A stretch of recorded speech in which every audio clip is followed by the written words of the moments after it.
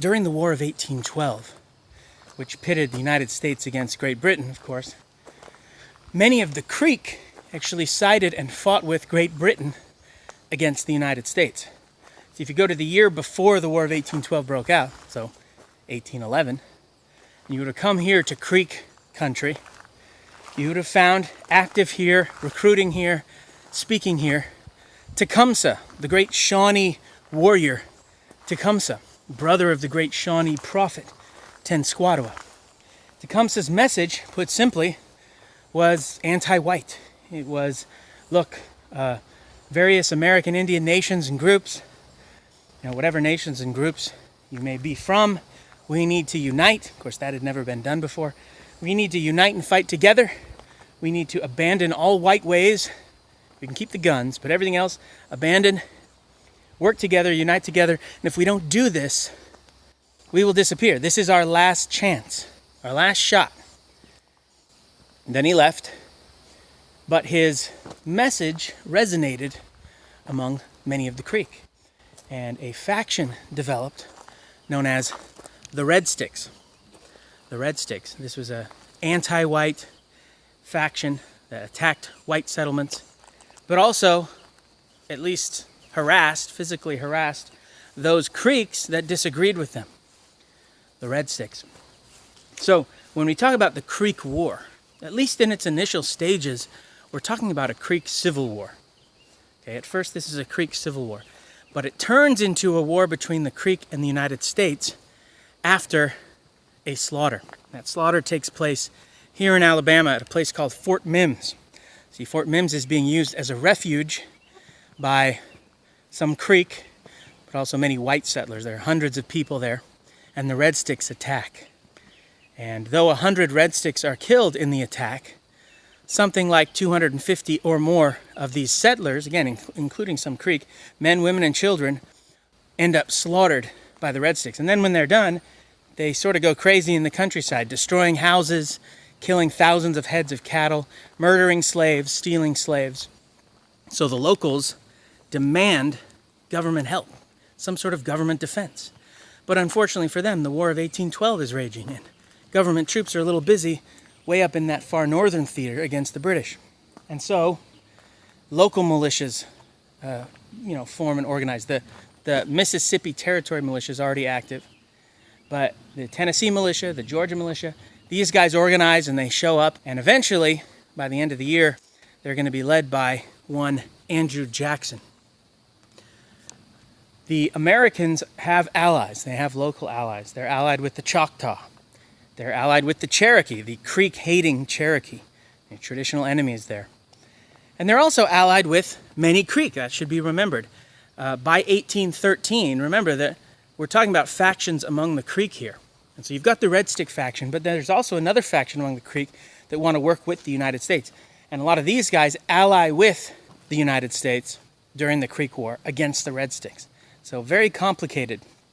On the Creek side, or on the Red Stick side, also other people join in. In particular, the British, using British traders in the Gulf Coast as a conduit by which to arm and provide other material support to the Red Sticks, but also the Spanish government, the Spanish state via Florida, also providing material support to the Red Sticks.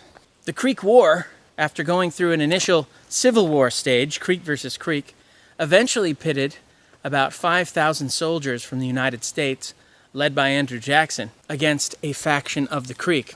The Creek being one of the most powerful, fearsome American Indian nations in the South. So this is a formidable foe. When Andrew Jackson first shows up here, he finds that it's not easy by any means. He's also dealing with problems in his own ranks. There's some internal politics going on, and there's what is in his mind apathy and even incompetence among his own. And he faces setbacks on the battlefield. Some victories, some setbacks. He is able to wipe out essentially a couple Creek villages, but the great showdown comes here at Horseshoe Bend. Here, Creek, Red Stick faction, Creek, have been gathering from several villages with their families for the purpose of making a great defense that they hope, of course, will wipe out their attackers.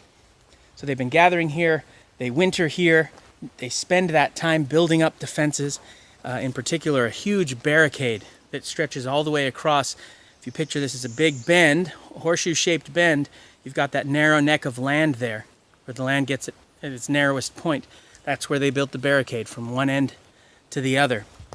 And that's where they were going to make their stand.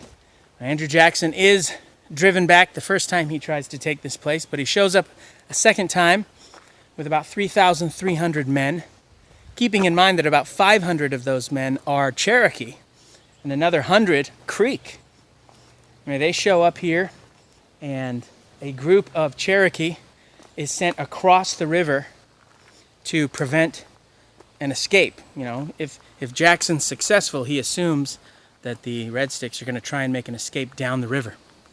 And so he sets up the Cherokee there to prevent them from being able to get away.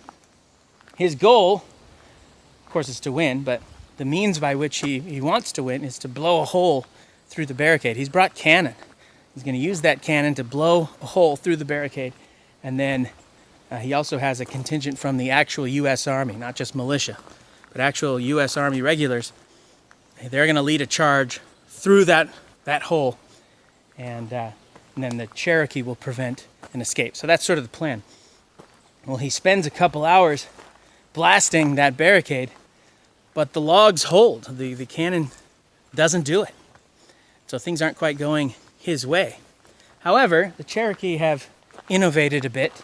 Those Cherokee that he sent across the river actually cross back over and get into the village from the backside, where the women and children are, by the way. They're sheltered there. So while Jackson is pummeling from the front, from the barricade side, the top of the horseshoe, where the village is being entered into by Cherokee who've crossed the river. And they start burning it. And when Jackson sees that the village is being burned from the rear, and of course the defenders are seeing this, and some of them are surely rushing back or whatever, so there's some chaos on the other side of the barricade, on the creek side.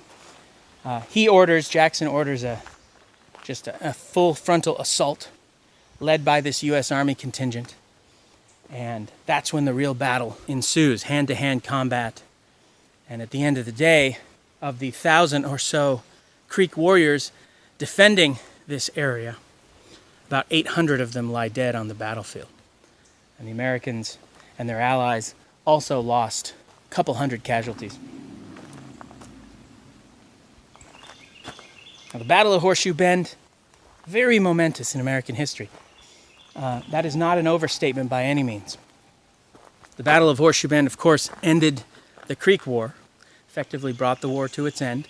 Just a little while later, the Creek negotiate for an end to hostilities, but also significant in the sense that it made possible, such a decisive win made possible one of the great land cessions to the United States in American history. 23 million acres of formerly Creek land handed over by treaty to the United States as a result of this decisive loss on the part of the Red Sticks. That 23 million acres makes up the better part of Alabama, at least more than half of Alabama, plus a huge swath of Georgia. So a remarkably large tract of land we're talking about here. But even more than that, it broke the back of the Creek. The Creek never again harassed the frontier, never again were a problem there along the frontier. Were never able to prevent white settlement again. And, the power of that nation was forever broken. Finally, and arguably most importantly, the Battle of Horseshoe Bend, the success of the Americans against the Creek in the Creek War, thrust into the national spotlight none other than Andrew Jackson, who would go on, of course, after another great victory at New Orleans, shortly thereafter, to become eventually President of the United States, remake the presidency, and set the state on a new trajectory politically, with great historical consequence to the country and to the world. So that all starts right here at the Battle of Horseshoe Bend. If you're interested in taking a deeper dive into history, consider one of my full courses, each including something like 400 plus pages of text, 30 plus hours of audio, 50, 60, 70 on-location videos filmed all over the world, plus all the scaffolding you could ask for should you want to take it like a traditional student. We're talking guided notes, both blank and filled, quizzes, structure training, document lessons. These really are unique and one of a kind. Check them out. Also, if you want to support what I do here, consider joining Nomad Nation, where you'll gain exclusive access to monthly webinars, Q&A, a monthly newsletter called Nomad Notes, special live stream events from all over the world. I'll send you 4 postcards a year, discounts. Go check all this out at nomadicprofessor.com.